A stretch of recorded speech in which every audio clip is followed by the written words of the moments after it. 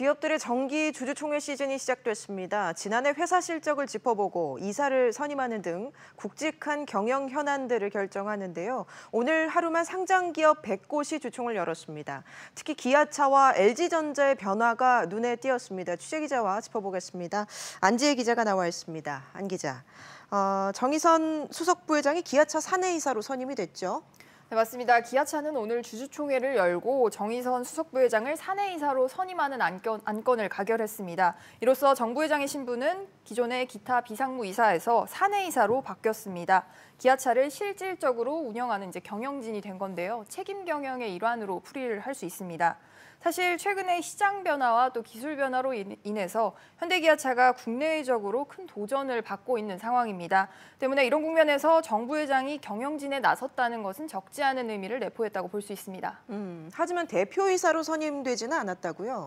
네, 대표이사가 되려면 일단 주주총회에서 사내이사로 먼저 선임이 돼야 합니다. 때문에 정 부회장의 경우 오늘 조건을 갖추게 됐지만 기아차 이사회는 정 부회장을 대표이사로 선임하지는 않았습니다. 정 부회장이 핵심 계열사 3곳의 대표이사를 겸직하는 것은 너무 과하다라는 이런 일각의 지적을 의식한 것으로 풀이가 됩니다. 현대자동차와 현대모비스 이사회는 다음 주에 정 부회장을 대표이사로 선임하는 안건을 다룰 예정입니다. 네, LG 주총도 보겠습니다. 최고 경영자와 이사회 의장 겸직을 분리하기로 했다고요? 네, 맞습니다. LG전자와 LG디스플레이는 오늘 오전에는 주총, 또 오후에는 이사회를 열었는데 이사회를 통해서 LG그룹의 이 지주사의 경영진인 주식회사 LG의 권영수 부회장을 이사회 의장으로 선임을 했습니다. 기존에는 조성진 LG전자 부회장이 CEO와 또 이사회 의장직을 2년간 겸임을 해왔습니다. 하지만 이사회의 독립성을 강화해서 경영 투명성을 더 높이자라는 니즈에 따라서 두 자리를 떼어놓기로 한 겁니다. 최근에 최태원 SK회장도 지주회사 이사회의 의장직에서 물러나는 등 최근 재계에는 이런 두 자리의 분리 움직임이 강화가 되고 있습니다. 한편 오늘 주주총회는 LG의 핵심 계열사 이사회 구성원들이 모두 교체가 됐기 때문에 구광모 회장의 일기체제가 완성됐다는 의미도 있습니다. 네, 오늘 포스코와 효성 주총도 있었죠? 네, 맞습니다. 포스코는 오늘 주총에서 전자투표제를 처음으로 실시를 했습니다. 주주권 강화 목적인데요.